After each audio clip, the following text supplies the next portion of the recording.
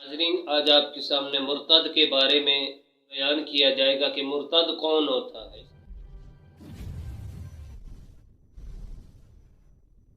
اعوذ باللہ من الشیطان الرجیم، بسم اللہ الرحمن الرحیم۔ من یکفر بالایمان فقد حبط عمله وهو فی الآخرۃ من الخاسرین۔ صدق اللہ العظیم۔ آیت کریمہ میں اللہ تعالیٰ نے یہ ارشاد فرمایا، وَمَن يَكْفُرْ بِالْإِيمَانِ فَقَدْ حَبِطَ عَمَلُهُ، اور جو شخص ایمان لانے کے بعد پھر کافر ہوا تو اس کے عمل ضائع ہو گئے، وَهُوَ فِي الْآخِرَةِ مِنَ الْخَاسِرِينَ، اور وہ آخرت میں نقصان اٹھانے والا ہوگا۔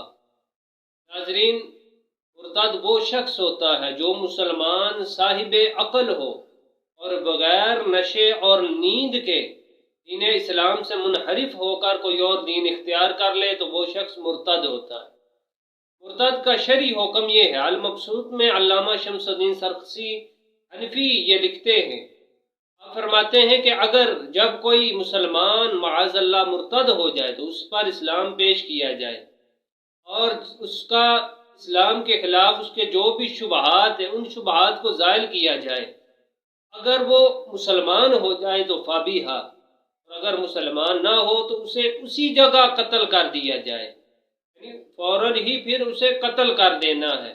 یہی حکم علامہ سرخسی رحمہ اللہ تعالی المبسوط کے اندر لکھتے ہیں، آپ تحریر فرماتے ہیں۔ از سیدنا علی رضی اللہ تعالیٰ عنہ، حضرت معاذ، حضرت ابن عباس سے یہ مروی ہے کہ مرتد واجب القتل ہے۔ علامہ ابن قدامہ یہ تحریر فرماتے ہیں، سیدنا حضرت بکر، حضرت عمر، حضرت عثمان، حضرت علی، حضرت ابو موسیٰ اشعری، حضرت معاذ، حضرت ابن عباس، حضرت خالد رضی اللہ تعالی عنہما، ان تمام حضرات سے جو منقول ہے وہ یہی ہے کہ جو مرتد ہے وہ واجب القتل ہے اور اس کا انکار بھی نہیں کیا گیا، تو لہٰذا اس پر اب اجماع ہو گیا، یعنی ان تمام حضرات کا اس پر اجماع ہے کہ مرتد واجب القتل ہے۔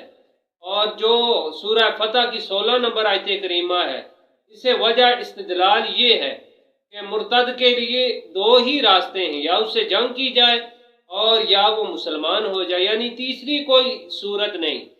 امام بخاری روایت کرتے ہیں، سیدنا حضرت ابن عباس رضی اللہ تعالیٰ عنہ فرماتے ہیں کہ رسول اللہ صلی اللہ تعالیٰ علیہ وآلہ وسلم نے یہ ارشاد فرمایا کہ جو اپنا دین تبدیل کرے تو وہ واجب القتل ہے۔ یہ